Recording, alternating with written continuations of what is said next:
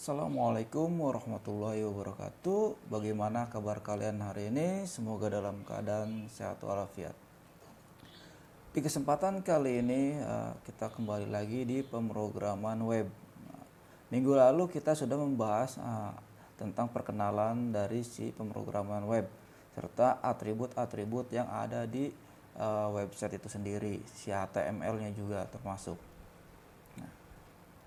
Pertemuan sekarang kita akan membahas tentang mengatur atribut tabel HTML, dan minggu lalu juga ada contohnya serta tugas-tugasnya, apa sih yang menjadi atribut si tabel tersebut di si HTML-nya ya. Kemarin kita sudah membahas tentang yang namanya tuh cell spacing, cell padding, kemudian ada yang lagi yang namanya span, ya kan.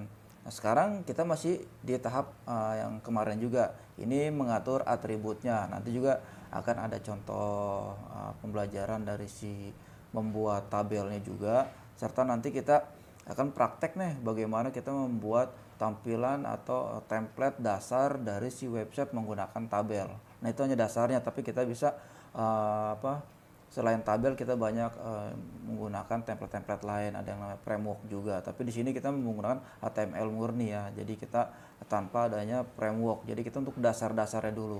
Jika sudah kita tahu dasarnya, nanti kedepannya kita akan bisa lebih tahu lagi, oh dari dasarnya ini ternyata digabungin dengan banyak template-template dari yang namanya Bootstrap, terus ada yang namanya Joomla, ada yang namanya WordPress, terus ada lagi yang namanya Laravel juga ada. Oke, kita lanjut ini untuk sebatas pembahasan flashback yang minggu lalu ya.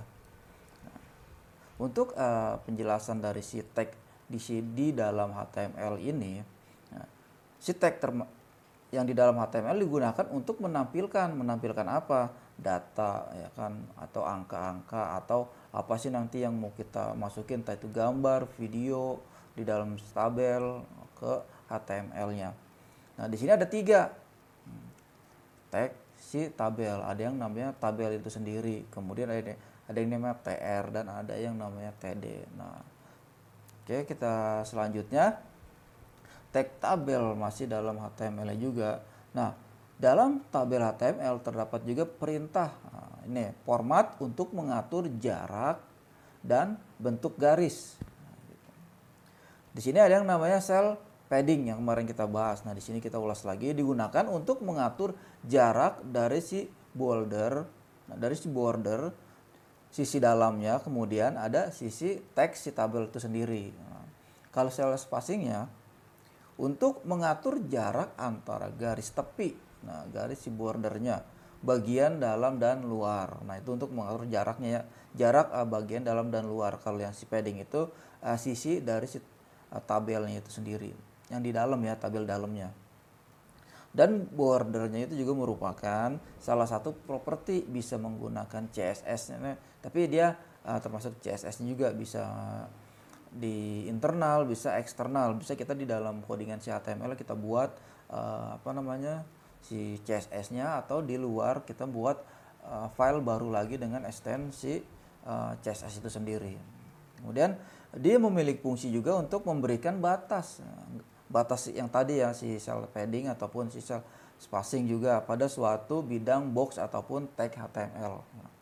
Kemudian dan ada juga yang namanya cell span dan row span. Nah, ini kalau call span itu kan ya kolom span dan row span. Nah, ini merupakan atribut yang berfungsi untuk memperlebar ataupun menggabungkan dari beberapa kolom dan row-nya juga.